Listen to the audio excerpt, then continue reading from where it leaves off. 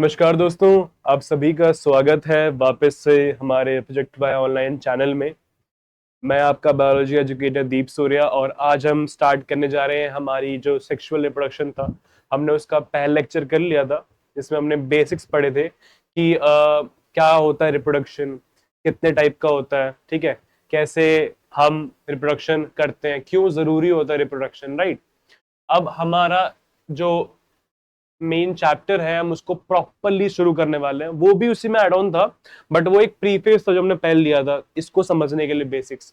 वो हम कह सकते हैं कि हमने अपने पुराने जो हमने पढ़ रखा है उसका हमने एक रिकैप लिया था, राइट। अब हम शुरू करने जा रहे हैं हमारा चैप्टर वाकई में, ठीक है। सो हमें चैप्टर का नाम पता ही है आपको, sexual reproduction in flowering plants, और आज हम स्टार्ट करने जा रहे हैं इसी में। हमारा आज का टॉपिक है इंट्रोडक्शन टू एंजियोस्पर्म्स। हम पढ़ेंगे आज एंजियोस्पर्म्स के बारे में, राइट। इसके बारे में हमने पहले बात कर रखी है कि हमने प्लांट के ना डिविजन्स कर दिए थे, राइट। प्लांट किंगडम में हमने algae, bryophyta, Pteridophyta, gymnosperms, angiosperms, right. और एंजियोस्पर्म्स वो इकलौते ऐसे प्लांट्स जो कि फ्लावर करते हैं, ऐसी एक अलग कैटेगरी है जो कि फ्लावर करती है, राइट। तो इसी के बारे में हमें पढ़ना है, ठीक है। चलिए स्टार्ट करते हैं बिना देर लगाए, ठीक है। तो आज हम क्या क्या डिस्कस करने वाले हैं, पहले हम वो डिस्कस कर लेते हैं कि हम क्या क्या डिस्कस करने वाले हैं, ठीक है, ताकि हम बाद में डिस्कस कर सके अच्छे से, ठीक है। तो आज हम डिस्कस करने वाले हैं, पहले हम इंट्रोडक्शन पढ़ेंगे एंजियोस्पर्म्स का, ठीक है, जो हमारा मेन टॉपिक है। उसके बाद हम एनसीईआरटी वाइज हम चल रहे हैं, ठीक है। तो एनसीईआरटी का ही टॉपिक उठाया हमने, why is the flower called a fascinating organ. Fascinating का मतलब होता है कि बिल्कुल ऐसा जो कि आपको चौंका दे। ऐसा क्यों बोला जाता है फ्लावर को, राइट, कि एक प्लांट के अंदर तो और भी ऑर्गन्स है, स्टेम है, रूट्स है, लीव्स है, तो फ्लावर इतना अलग क्यों है, इसके बारे में पढ़ेंगे हम। ये फैसिनेटिंग क्यों होता है, इंपॉर्टेंट है। सिग्निफिकेंस क्या है सेक्सुअल रिप्रोडक्शन का एंजियोस्पर्म्स में, क्या सिग्निफिकेंस है, क्यों जरूरी है, ठीक है। और इंपॉर्टेंस क्या है फ्लावर के स्ट्रक्चर को पढ़ने का। ये मेन मेन हमारे टॉपिक है जो आज हम कवर करने वाले हैं, ठीक है। आज हम बहुत कुछ कवर कर लेंगे, बहुत कुछ सीखेंगे, ठीक है। सॉरी गाइस, थोड़ा सा डिस्टरबेंस आ गया था, बट हम शुरू करते हैं, ठीक है। हम थे कि हम आज ये मेन मेन चीजें पढ़ने वाले हैं, ठीक है। तो ये हमारे मेन फोकस टॉपिक्स रहेंगे जो आज हम पढ़ेंगे, ठीक है, कवर करेंगे। चलिए स्टार्ट करते हैं। तो पहला हमारा है इंट्रोडक्शन टू एंजियोस्पर्म्स। एंजियोस्पर्म्स क्या होते हैं, ठीक है, देख लीजिए। Angiosperms are flowering plants. पहली बात तो ये हमने पहले भी इसके बारे में बात कर रखी है कि एंजियोस्पर्म्स वो एक कैटेगरी है प्लांट की जो फ्लावर करते हैं, उन्हें हम एंजियोस्पर्म्स बोलते हैं, ठीक है। The most dominant and diverse group of plants on earth. सबसे ज्यादा डोमिनेंट और सबसे ज्यादा डाइवर्स है। हम अपने आसपास कितने ज्यादा टाइप के फ्लावर्स देखते हैं, राइट। और फ्लावर्स की कितनी ज्यादा वैल्यू है, आप फ्लावर्स को किस किस तरीके से यूज करते हो, बहुत ना। हमारे आसपास हम जहां भी निकले, ठीक है, चाहे कोई भी फंक्शन हो, मैरिज वगैरह जो भी हो, हम हर जगह फ्लावर्स देखते हैं, डिफरेंट टाइप के फ्लावर्स देखते हैं, ठीक है। आप कभी बैंकेट जाओ, बुकेट जाओ, ठीक है, जहाँ पे फ्लावर्स मिलते हैं, वहां देखो आप जाके, आप कितने टाइप के फ्लावर्स देखो, तो बहुत डाइवर्स है, ठीक है। पढ़ना भी बहुत मुश्किल होता है, बहुत टाइप के फ्लावर्स होते हैं। Their distinct feature is the presence of flowers which are essential for sexual reproduction। देखो हमें पता है फ्लावर्स जो होते हैं वो सेक्सुअल रिप्रोडक्शन के लिए बहुत ज्यादा एसेंशियल होते हैं, बिकॉज वही मेन साइट ऑफ रिप्रोडक्शन है प्लांट्स के अंदर में। अगर फ्लावर्स है नहीं तो वो सेक्सुअल रिप्रोडक्शन करेंगे ही नहीं वहां पर, right.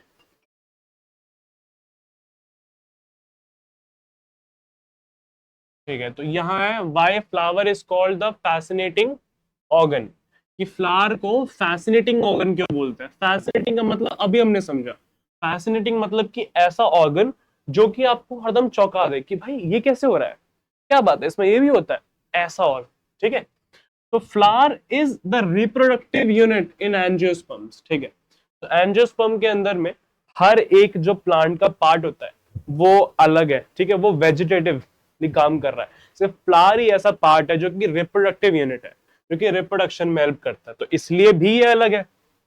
It contains both male androecium, ठीक है, नाम ध्यान देंगे, एंड्रोशियम एंड फीमेल गाइनोशियम।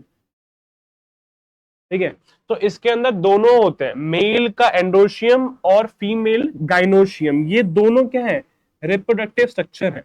अब क्या हर फ्लावर के अंदर दोनों होंगे? नहीं, ऐसा जरूरी नहीं है। ठीक है, किसी फ्लावर में दोनों हो सकते हैं कि मेल और फीमेल दोनों हो, जैसे कि bisexual flowers, right.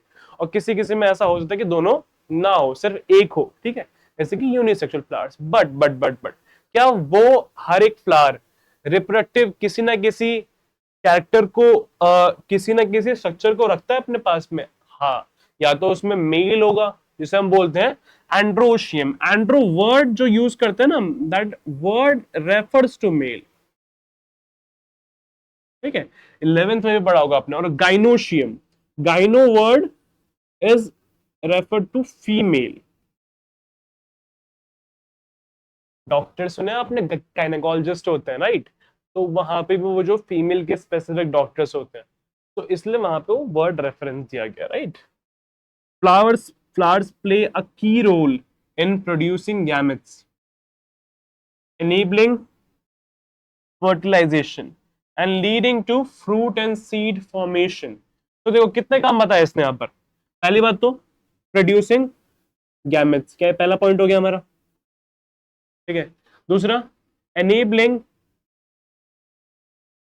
Fertilisation, fertilisation भी करवा रहा है, वाह यार क्या बात है। और leading to fruit and seed formation, दो चीजों का फॉर्मेशन, फ्रूट का और सीड, तो ये हो गया 30।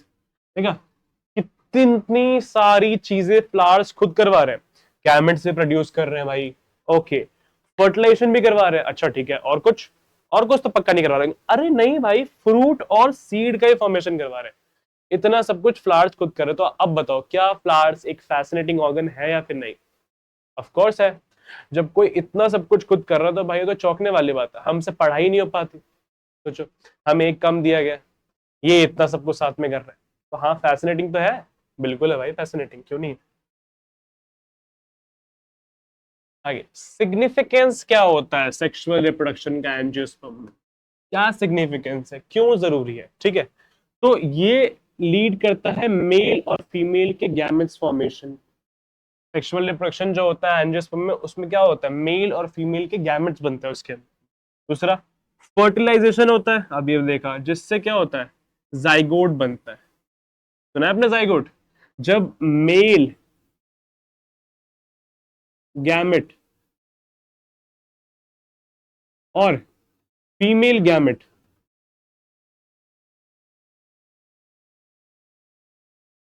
फ्यूज करते हैं ना आपस में, तब जो हम पे बनता है स्ट्रक्चर, वो होता है जाइगोट, जो कि फर्दर डेवलप करता है एम्ब्रियो बनने में, लाइक ह्यूमन से अगर आप थोड़ा सिंक करना चाहो तो। विच डेवलप्स इनटू सीड, हाँ, प्लांट्स के अंदर क्या होता है, वो सीड में डेवलप हो जाता है, जो जाइगोट होता है, बाद में वो सीड बन जाता है, और बाकी जो पूरा फ्लावर होता है वो फ्रूट बन जाता है। पढ़ेंगे आगे, देखना। It ensures continuity of species and introduce genetic variation. Okay, और क्या करता है सेक्सुअल रिप्रोडक्शन? ये पहली चीज, ये स्पीशीज की कंटिन्यूटी को बना के रखता है, कि भाई स्पीशीज खत्म नहीं होनी चाहिए। अगर लगातार रिप्रोडक्शन नहीं होगा तो क्या होगा, स्पीशीज खत्म हो जाएंगे। दूसरा, ये इंट्रोड्यूस करता है जेनेटिक वेरिएशन को। जेनेटिक वेरिएशन आना जरूरी है, बिकॉज अगर कोई भी एक अनसर्टेन कंडीशन हो जाएगी तो वो स्पीशीज पूरी की पूरी खत्म ना हो जाए, उसका कोई ना कोई एक पार्ट बचा रह जाए, इसलिए जेनेटिक वेरिएशन बहुत ज्यादा जरूरी है। उसके अलावा essential for evolution and adaptation. अगर सेक्सुअल रिप्रोडक्शन नहीं होगा तो वेरिएशन नहीं आएगा, और अगर वेरिएशन नहीं आएगा तो इवोल्यूशन भी नहीं होगा। तो वेरिएशन एक की फैक्टर है जिसकी वजह से इवोल्यूशन होता है, राइट। जैसे हम ह्यूमंस की बात करते हैं, हमारे में टाइम टाइम पे वेरिएशन आया, शायद इसलिए हमारे में अंदर में बहुत ज्यादा इवोल्यूशन हुआ, और हम चीजों को जल्दी अडेप्ट कर पाएंगे, राइट। तो सेक्सुअल रिप्रोडक्शन बहुत सारी चीजें करवाता है, उसकी सिग्निफिकेंस है, स्क्रीनशॉट ले सकते हो। आगे, इंपॉर्टेंस क्या है फ्लावर की? अब यहां पे ना हम बात कर रहे हैं, क्या वैल्यू प्रोवाइड करते हैं फ्लावर, किस टाइप की वैल्यू प्रोवाइड करते हैं फ्लावर। ठीक है, ऐसी कौन कौन सी वैल्यू है जो ये प्रोवाइड, मैजिक हो रहा है भाई। ठीक है, छोड़ो।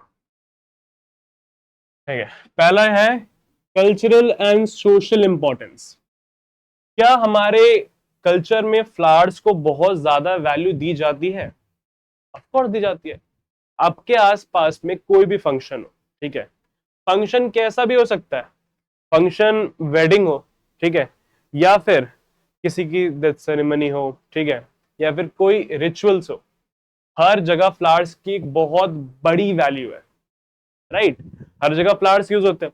और सोशली भी अगर हम किसी को गिफ्ट देना चाहें, आप किसी को ऐसे सरप्राइज दो, गिफ्ट दो, फ्लावर्स देना ना, वेरी क्यूट जेस्चर, राइट। लोगों को अच्छा लगता है, shows that you are very kind and think about them, right. तो यहाँ पर काफी सारी चीजें अच्छी होती है, बहुत इंपॉर्टेंस है। कैसी कैसी इंपॉर्टेंस देखो, फेस्टिवल्स, होप्स आपको दिख रहा होगा, फेस्टिवल्स रिचुअल्स में होता है, वेडिंग्स में होता है, रिलीजियस सेरेमनीज में होता है, जो भी हम पूजा वगैरह जो भी करते हैं सबके अंदर फ्लावर का बहुत ज्यादा यूज होता है, राइट। आगे, ये इसकी इंपॉर्टेंस है, कहाँ कहाँ यूज होता है देखो, ये यूजेस दे रखे बेसिकली, ठीक है। अब ये किसको सिंबलाइज करता है? भाई मैजिक क्यों हो रहा है यहाँ पर? मैजिक है भाई, मैजिक, ठीक है। सिंबलाइज किसे करता है? ये सिंबलाइज करता है प्योरिटी, लव। अरे यार ये मैजिक आज मेरे साथ क्यों हो रहा है? ठीक है, छोड़ो कोई बात नहीं।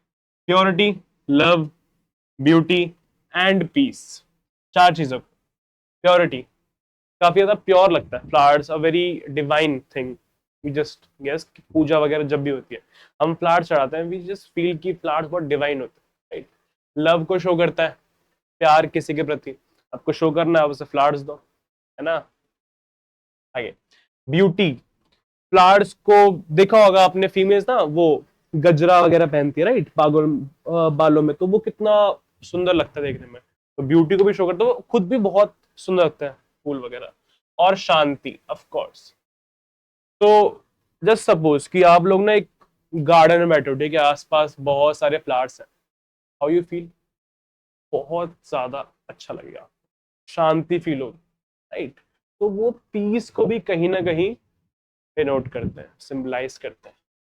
आगे, कहाँ कहाँ कॉमन है, कहाँ कॉमन होता है फ्लावर्स देना? देखो भाई, ग्रीटिंग्स में, ठीक है, किसी को आप ग्रीट कर रहे हो, उसकी एनिवर्सरी है, ठीक है, किसी को प्रमोशन मिल गया, उसको आप ग्रीट कर रहे हो, ठीक है। तब डेकोरेशन में यूज हो सकता है, ठीक है, शादी वगैरह में फ्लावर्स को लगाते हैं ना, एंट्री पर, अंदर भी, ठीक है। आर्ट और लिटरेचर में भी यूज होता है फ्लावर्स का, काफी जगह पे यूज होता है यार। और भी दो टाइप के इंपॉर्टेंस है, आगे देखते हैं। दूसरा है हमारे पास में इकोनॉमिक इंपॉर्टेंस। इकोनॉमिकली फ्लावर्स कैसे इंपॉर्टेंट है? तो फ्लोरिकल्चर, हाँ, क्या होता है फ्लोरिकल्चर भाई? अरे नहीं भाई, कोई नया वर्ड नहीं है, ये फ्लावर से रिलेटेड, मतलब प्रोडक्शन ऑफ फ्लावर्स की बात कर रहे हैं हम, ठीक है। फ्लावर्स का प्रोडक्शन इसे बोलते हैं फ्लोरिकल्चर। तो ये एक बहुत बड़ी, बहुत मेजर इंडस्ट्री है। फ्लावर्स का मार्केट बहुत बड़ा है और इसके वजह से हमारे जीडीपी में बहुत बड़ा एड ऑन होता है, तो इकोनॉमिकली भी बहुत इंपॉर्टेंट है, ठीक है। कहाँ कहाँ यूज होगा फ्लावर्स? परफ्यूम में यूज होते हैं, कॉस्मेटिक्स में यूज होते हैं, मेडिसिन्स में भी यूज होते हैं फ्लावर्स। तो इनका छोटा मोटा रोल नहीं है, बहुत बड़ा इकोनॉमिक रोल है। आप परफ्यूम खरीदते हो, खरीदते हो, कॉस्मेटिक्स लड़कियां तो बहुत सारी खरीदते होंगे, राइट। आजकल लड़के भी खरीदते हैं, तो सब कुछ इवन है भाई, इक्वलिटी। और मेडिसिन, ऑफ कोर्स, मेडिसिन की किसको जरूरत नहीं है?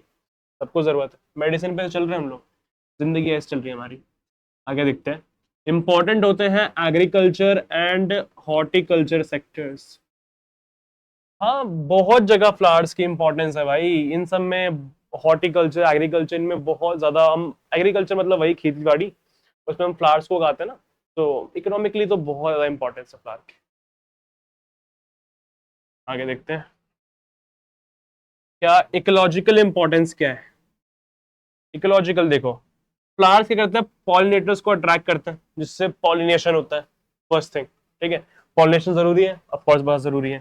जैसे कि bees, butterflies and birds, these are all pollinators. And pollinators क्यों जरूरी है? क्योंकि फ्लावर्स पॉलिनेशन करते हैं, अगर पॉलिनेशन नहीं होगा तो फिर बताओ कैसे काम चलेगा? नहीं चलेगा ना, ठीक है। दे ensure pollination, biodiversity and ecosystem balance. Pollination को इंश्योर करते हैं, बायोडाइवर्सिटी को इंश्योर करते हैं और इकोसिस्टम में एक बैलेंस बना रहे हैं, इस चीज को भी ये इंश्योर करते हैं। बहुत क्रूशियल है फूड चेन में, leading to fruit and seed production. अब देखो फ्लावर से क्या होता है, फ्रूट भी बनता है, सीड भी बनता है। क्या जो हर्बीवोर्स होते हैं या जिसे हम बोलते हैं प्राइमरी कंज्यूमर्स, राइट, तो वो फ्रूट खाते हैं, राइट। अगर फ्रूट नहीं बनेगा तो क्या खाएंगे, तो क्या फूड चेन डिस्टर्ब नहीं हो जाएगी, हो जाएगी ना। इसीलिए भी ये बहुत इंपॉर्टेंट है इवन दो इन फूड चेन। नेक्स्ट, ठीक है। अब इंपॉर्टेंस क्या है, फ्लावर के स्ट्रक्चर को समझना क्यों जरूरी है। भाई जरूरी इसलिए है, हमें क्या क्या समझना जरूरी है कि लर्न कि कैसे भाई रिप्रोड्यूस कैसे करते हैं। अगर देखो हम है इंसान, ठीक है, अगर हमें ना कोई क्वेश्चन दे दिया जाए ना, हम बहुत सोचते हैं उस चीज के बारे में। अब मान लो कि भाई मुझे दिख रहा है कि यहाँ पे कुछ तो हो रहा है, रिप्रोडक्शन हो रहा है। अब अगर मुझे समझना पड़ेगा ना भाई वो होता कैसे है, क्यों हो रहा है वो, हमें ये प्रोसेस समझनी पड़ेगी कि पॉलिनेशन कैसे होता है, फर्टिलाइजेशन कैसे होता है, सीड और फ्रूट फॉर्मेशन कैसे होता है। ये सब कुछ एसेंशियल है जो हमारे एनवायरनमेंट में हो रहा है। अगर हम ही उसको नहीं समझेंगे तो फिर कौन समझेगा। अगर हम इस चीज को ध्यान नहीं दे रहे हैं, समझ नहीं रहे हैं, उनके डेवलपमेंट में को नहीं समझ रहे, तो what is the benefit of us being an intelligent being, जो हम बोलते हैं ना अपने आप को, एक सो कॉल्ड टैग लगा लिया हमने कि we are the most intelligent being on planet earth. तो इस टैग की ना कोई वैल्यू नहीं बचेगी फिर, अगर हम इस चीजों पे ध्यान नहीं देते तो। जरूरी है भाई पढ़ना, ठीक है। समरी, देखते तो भाई समरी क्या क्या है, क्या क्या क्या पढ़ा हमने आज। तो भाई हमने पढ़ा एंजियोस्पर्म के बारे में। पहली बात तो क्या होते हैं एंजियोस्पर्म्स, फ्लावरिंग प्लांट्स होते हैं ना भाई, जो भी प्लांट्स फ्लावर करते हैं उन्हें ही बोलते हैं हम एंजियोस्पर्म्स, राइट। उसके बाद हम क्या क्या पढ़ा था हमने, हमने पढ़ा फ्लावर्स के बारे में कि फ्लावर्स इतना ज्यादा फैसिनेटिंग ऑर्गन क्यों होते हैं, क्यों होते हैं फैसिनेटिंग ऑर्गन। देखो क्या पढ़ा था, रिवाइज करो, देख देख क्या याद आएगा आपको। ये एक मेन रिप्रोडक्टिव यूनिट होता है, पहली बात तो, ठीक है। और ये बहुत सारे काम करते हैं जैसे कि गैमेट फॉर्मेशन, फर्टिलाइजेशन, ठीक है। फ्लावर्स क्यों इंपॉर्टेंट है, ये मेन रिप्रोडक्टिव यूनिट है। कैसे भाई, क्योंकि इसी के अंदर दोनों होते हैं, मेल भी और फीमेल भी, यानी कि एंड्रोशियम भी और गाइनोशियम भी, दोनों होते हैं, एंड्रोशियम एंड गाइनोशियम, ठीक है। यही बताते हैं गैमेट फॉर्मेशन, फर्टिलाइजेशन,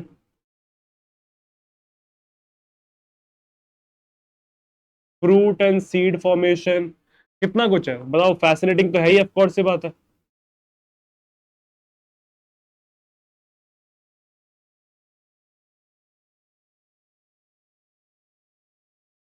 उसके बाद हमने पढ़ा था इंपॉर्टेंस क्या है फ्लावर्स की। कितने टाइप की इंपॉर्टेंस पढ़ी थी हमने, तीन टाइप की ना। पहले तो क्या था, सोशल और कल्चरल इंपॉर्टेंस क्या थी, कल्चर में कितना यूज होता है। दूसरा क्या था हमारे पास में, इकोनॉमिक इंपॉर्टेंस। फ्लोरिकल्चर के बारे में पढ़ा कि वो एक बहुत बड़ा सेक्टर है, बहुत ज्यादा प्रोवाइड करता है हमारी जीडीपी को। के बाद इकोलॉजिकल, ये तीन टाइप के पढ़े थे हमने इंपॉर्टेंस। और क्या इंपॉर्टेंस आता है फ्लावर की, भाई अगर वैलेंटाइन डे आ रहा है तो उस दिन सोचो कितना ज्यादा फ्लावर बिकते हैं। इकोनॉमिक इंपॉर्टेंस है भाई। वैलेंटाइन डे भले ही आप लोगों को क्रिंज लगता हो, मतलब सबको तो नहीं लगता है, हाँ जो दुख में, देखो भाई अल्फा मेल बनने की कोशिश मत करो, ठीक है। पता है सबको कि दुख में हो इसलिए बनना पड़ता है, ठीक है। बट फिर भी ये गिफ्टिंग वगैरह से भले ही हमें क्रिंज लगे, ठीक है, क्योंकि हम तो अल्फा मेल है, लेकिन जिससे हमारी इकोनॉमी को फायदा हो रहा है ना, तो ये तो अच्छी बात, ठीक है। आगे चौथा और लास्ट हमने पढ़ा था कि उनका ये इम्पोर्टेंस क्या है पढ़ना फ्लावर के स्ट्रक्चर को। क्यों इम्पोर्टेंस है भाई? क्योंकि अस बीइंग द इंटेलिजेंट टैग वाले जो हम लोग हैं, इनको इम्पोर्टेंस पढ़ना पड़ेगा ताकि हम उसके डेवलपमेंट को समझ पाए। ठीक है, अगर कोई हमारे फूड चेन का इतना बड़ा हिस्सा है, ठीक है, तो उसमें डेवलपमेंट क्या हो रहा है, एवोल्यूशन कैसे हो रहा है, कैसे वो वेरिएशन कर रहे हैं, कैसे अडेप्टेशन हो रहा है, ये सब चीजें समझना ये एक बहुत बड़ा मेजर रोल प्रोवाइड करेगा हमें अर्थ को समझने में, हमें अपने आसपास के एनवायरनमेंट को समझने में। राइट, ठीक है, तो ये सब हमारी समरी है और इसी के साथ हमारा ये लेक्चर यहाँ पर ख़त्म होता है। ठीक है, हमने काफ़ी कुछ पढ़ लिया इस लेक्चर में, बट ज़्यादा नहीं, हम अगले लेक्चर में वापस से आएंगे। ठीक है, और हम इसके आगे अब अगले लेक्चर में हम पढ़ेंगे कि फ्लावर जो होता है उसका पूरा हम स्ट्रक्चर पढ़ेंगे। ठीक है, कितने कितने पार्ट होते हैं, कैसे कैसे सब चीज़ें वर्क करती हैं। ओके, तो मिलते हैं अगले लेक्चर में, तब तक नमस्कार, आप सब अपना ध्यान रखिए। ठीक है, मिलते हैं।